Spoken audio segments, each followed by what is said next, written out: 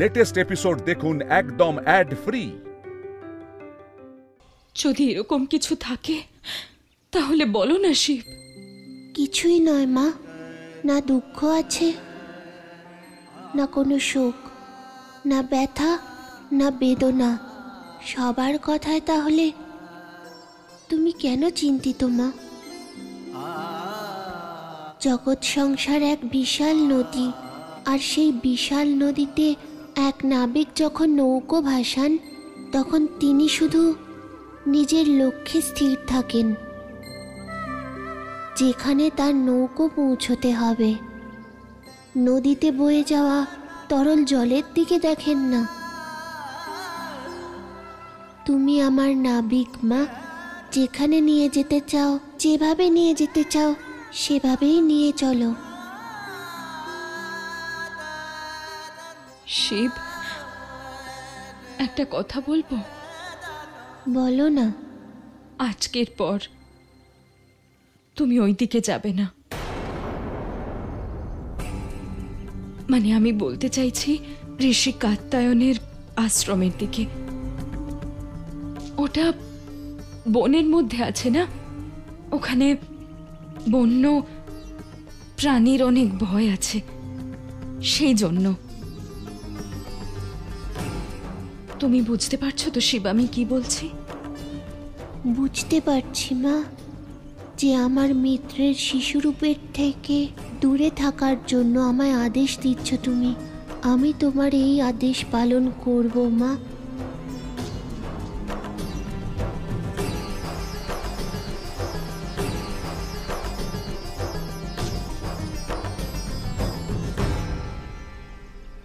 শিব, যাবে না তো ওইদিকে? না, যাব না মা। আমার বাধ্য শিব। চলো এবার ভোজন করে নাও।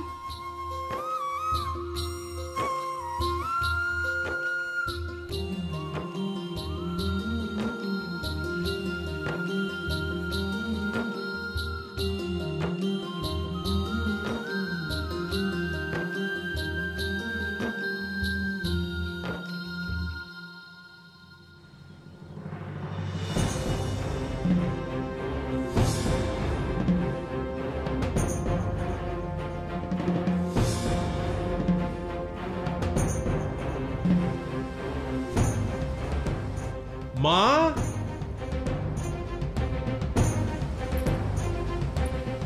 আজ তুমি তোমার কৃপায় ওই কুষ্ঠরোগীকে রোগ মুক্ত করেছো মা। তোমার কৃপায় তোমার ভক্ত।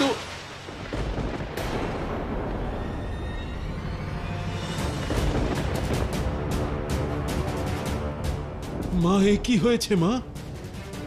মা, তোমার শরীরে এসব কি হচ্ছে মা? মা, এসব কি হচ্ছে মা? মা, এসব তোমার শরীরে কি হচ্ছে মা?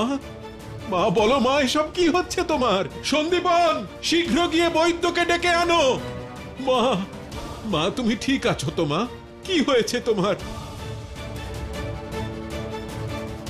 সন্দীপন, বৈদ্যমশাই, আমার কন্যাকে ঔষধি দিয়ে শীঘ্র সুস্থ করে তুলুন বৈদ্যমশাই।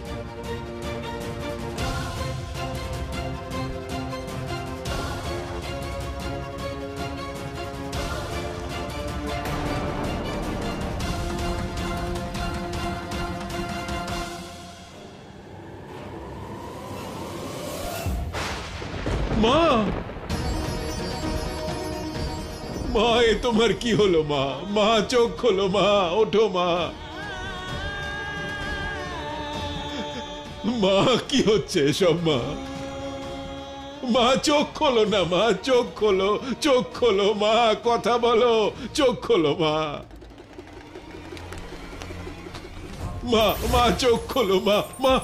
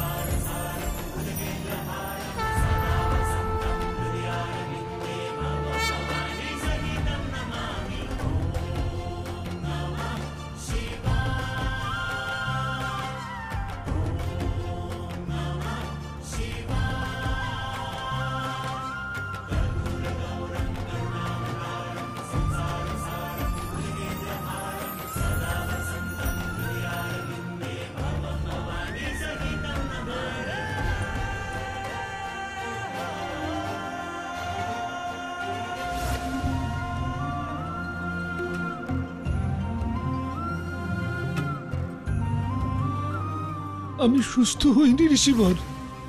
তোমার কণ্ঠের ওই রুদ্রাক্ষ আমায় দাও।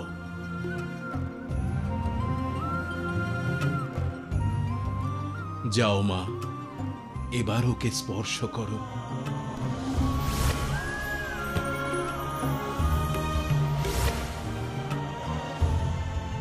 আমি সুস্থ হয়ে গেছি ঋষিবর।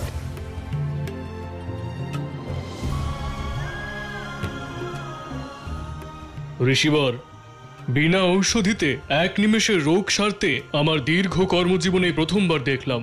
আশ্চর্য ব্যাপার, কিন্তু এও সত্য যে এবার ওনার আর কোনো ঔষধির প্রয়োজন নেই।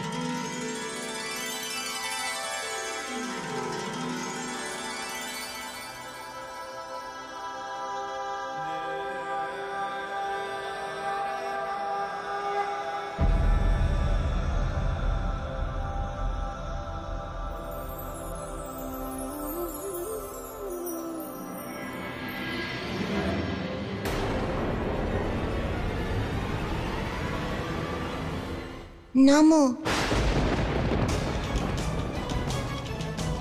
দেবাদিদেবের লীলা অপরিসীম। হর হর মহাদেব, হর হর মহাদেব, হর হর মহাদেব। হর মহাদেব! আপনার অবস্থা আমি বুঝতে পারছি ঋষি কাত্যায়ন। আসলে আমি এখান থেকেই যাচ্ছিলাম। আমি জানতে পারলাম যে আপনার কন্যা অসুস্থ, তাই আমি ওকে দেখতে এসেছিলাম। যখন আমি এখানে এলাম তখন রুদ্রাক্ষের এই আশ্চর্য লীলা দেখে আমি অভিভূত হলাম। আর আমি ভুলে গেলাম যে আমি শক্তিপীঠে দাঁড়িয়ে আছি, যেখানে শৈব এবং শাক্তদের মধ্যে বিভেদ রয়েছে। বলা হয়েছে আপনার ঋষি পরাশর, নাকি ভেদ বিভেদের ব্যাখ্যা করা এখনো অবশিষ্ট আছে? আমার মনে হচ্ছে না যে আর আপনার সামনে এটা ব্যাখ্যা করবার প্রয়োজন আছে।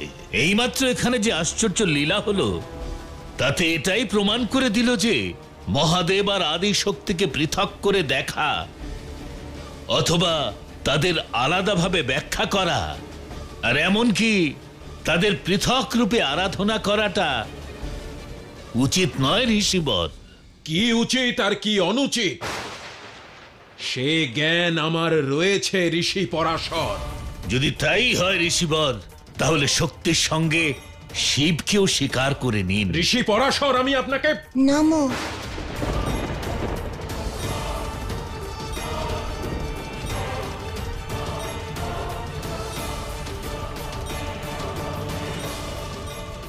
বলুন ঋষিবর। আসুন ঋষিবর, এই বিষয়ে বিস্তৃত চর্চা করা যাক। মা, বলো শিব। যদি তোমার অনুমতি থাকে তাহলে আমি মূঢ়র সাথে বনে ভ্রমণে যাব।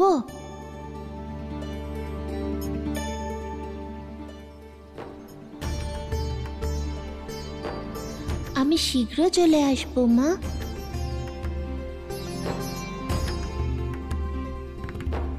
ঠিক আছে, অনুমতি দিলাম, কিন্তু আর কোথাও যেও না কিন্তু।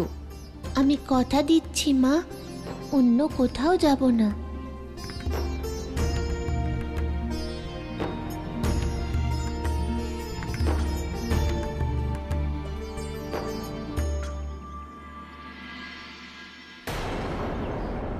ঋষি পরাশর, আপনি আমার ভক্তির ওপর, আমার আস্থার ওপর যে প্রশ্ন চিহ্ন তুলেছেন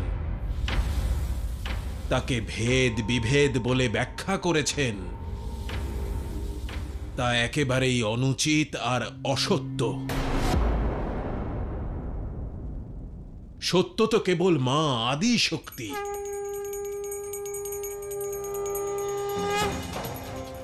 উনি শাশ্বত, উনি সনাতন, উনি হলেন স্বয়ম্ভু, উনি আরম্ভ, ওনাতেই পরিসমাপ্তি। আর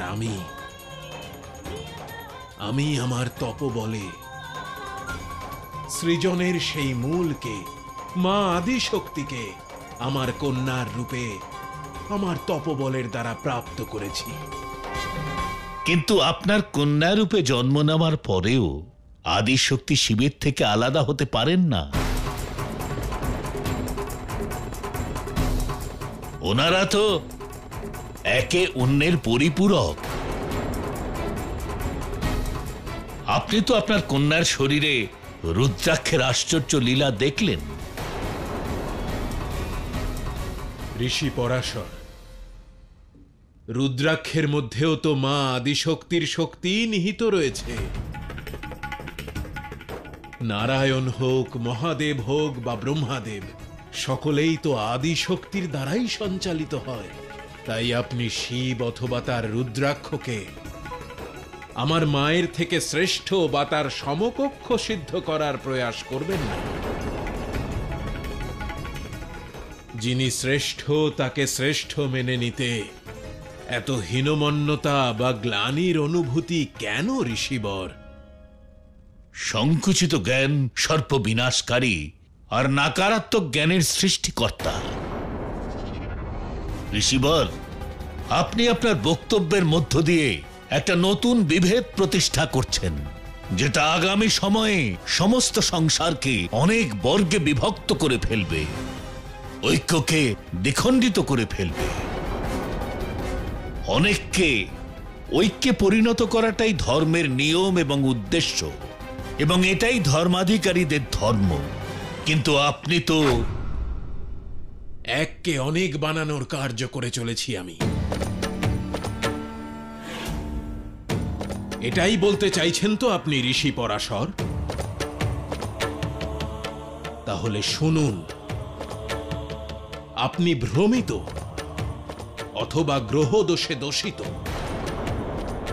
আপনি আমার কার্যের যে নিন্দা করে চলেছেন তা সর্বতোভাবে অনুচিত। আমি তো এই সংসারের সর্বোচ্চ শক্তিকে এই সংসারের সামনে প্রকাশ করার প্রয়াস করে চলেছি, যিনি কেবল নারী হওয়ার কারণে এই সংসার তার মাহাত্ম্যকে উপেক্ষা করেছে। আপনি ত্রিলোকে গিয়ে আমার এই সংবাদ ছড়িয়ে দিন ঋষি পরাশর, যে আমি আর মা আদিশক্তিকে কিছুতেই কারো দ্বারা প্রভাবিত হতে দেব না, না নারায়ণের দ্বারা, না মহাদেবের দ্বারা। আমার কন্যা কাত্যায়নী আর আমাকে ছেড়ে কোথাও যাবে না।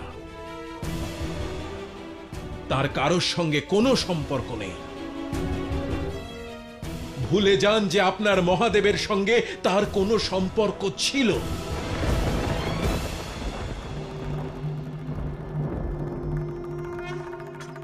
মিত্র, আমি জানতে পেরেছি যে আমরা কোথায় যাচ্ছি। আমরা নতুন মিত্রের শিশুরূপ দেখতে যাচ্ছি, তাই না? তার প্রয়োজন নেই মূঢ়।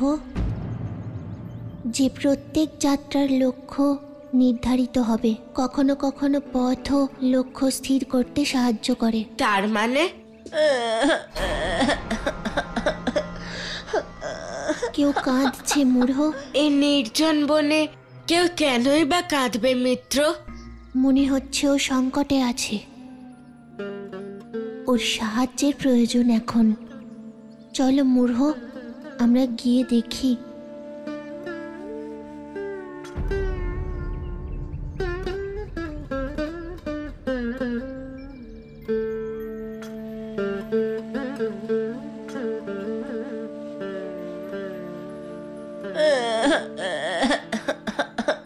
তোমার কি হয়েছে?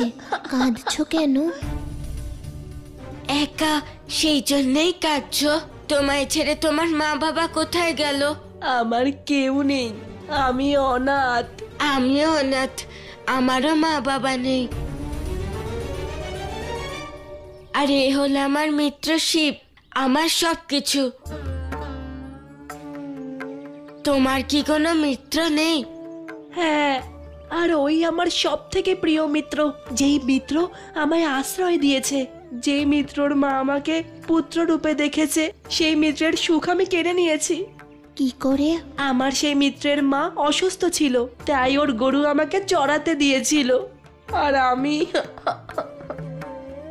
কি হয়েছিল তা তো বলো। আজ গরু চড়ানোর সময় ওই গরুকে ছেড়ে আমি এখানে এসে বসেছি। তারপর আমার ঘুম পেয়ে যায়, আর যখন আমার ঘুম ভাঙে তখন দেখি যে আমার মিত্রর গরু আশেপাশে কোথাও নেই। আমার অবহেলার জন্য আমার মিত্রের ভরণ পোষণের একমাত্র সঙ্গী ওর গরু আমি হারিয়ে দিয়েছি।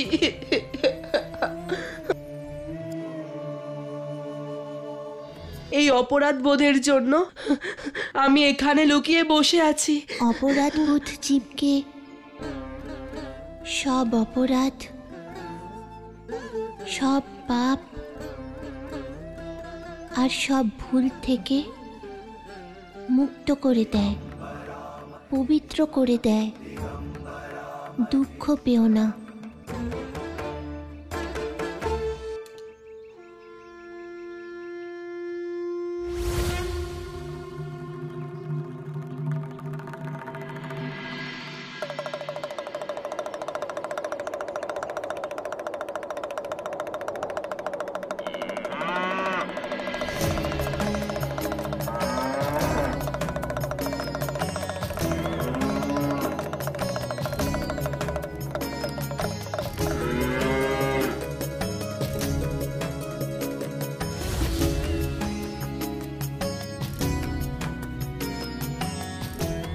এটাই তোমার মিত্রের গরু, তাই তো?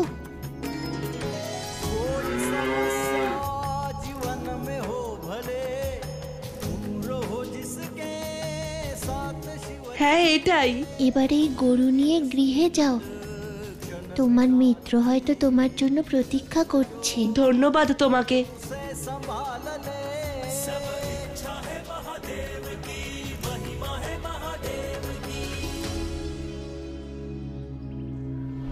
আমি আপনাকে কথা দিচ্ছি, আমি আপনার মহাদেবকে ফিরিয়ে আনার জন্য সব রকম চেষ্টা করব মিত্র। ক্ষমা করে দেবেন মিত্র। আমি অন্তর থেকে দুঃখিত যে আমি আপনাকে সাহায্য করার জন্য অসমর্থ, কিন্তু আমি মাকে দেওয়ার প্রতিশ্রুতি অবশ্যই পালন করব। আর আমাদের দুজনকেই সেই মান অক্ষুণ্ণ রাখতে হলে তার একমাত্র বিকল্প প্রতীক্ষা।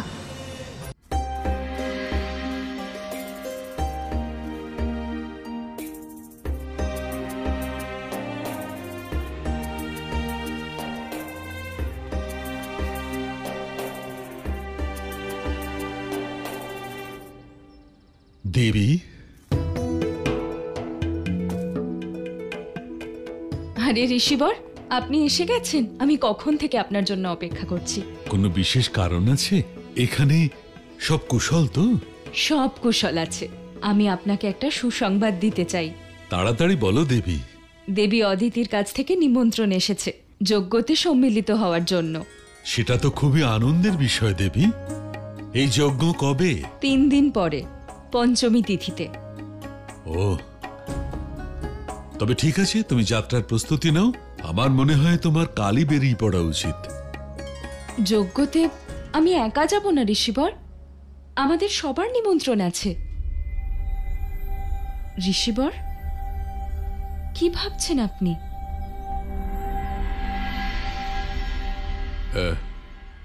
দেবী, আমি এইটা ভাবছি যে এই যাত্রায় তুমি তোমার শিশু ভোলানাথকে নিয়ে যাও। ওর ভালো লাগবে। একটা নতুন পরিবেশে গিয়ে ওর মনটা আনন্দিত হয়ে উঠবে। হ্যাঁ, কিন্তু আপনারও তো নিমন্ত্রণ আছে। দেবী, পরীক্ষা খুব সামনে, আর এই পরিস্থিতিতে আমি যদি গুরুকুল থেকে দূরে থাকি তবে বিদ্যার্থীদের অধ্যয়নে বিঘ্ন ঘটবে। সেই জন্য এটাই ঠিক হবে দেবী যে তুমি শিবকে নিয়ে এই যাত্রায় একলাই যাও।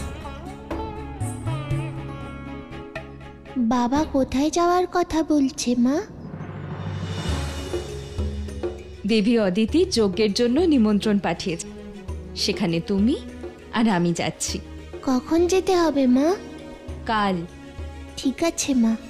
দেবী অনুসূয়া হয়তো সম্ভবত এটা জানেন না যে দেবী অদিতির আশ্রমের পথ ঋষি কাত্যায়নের আশ্রম হয়েই যায়।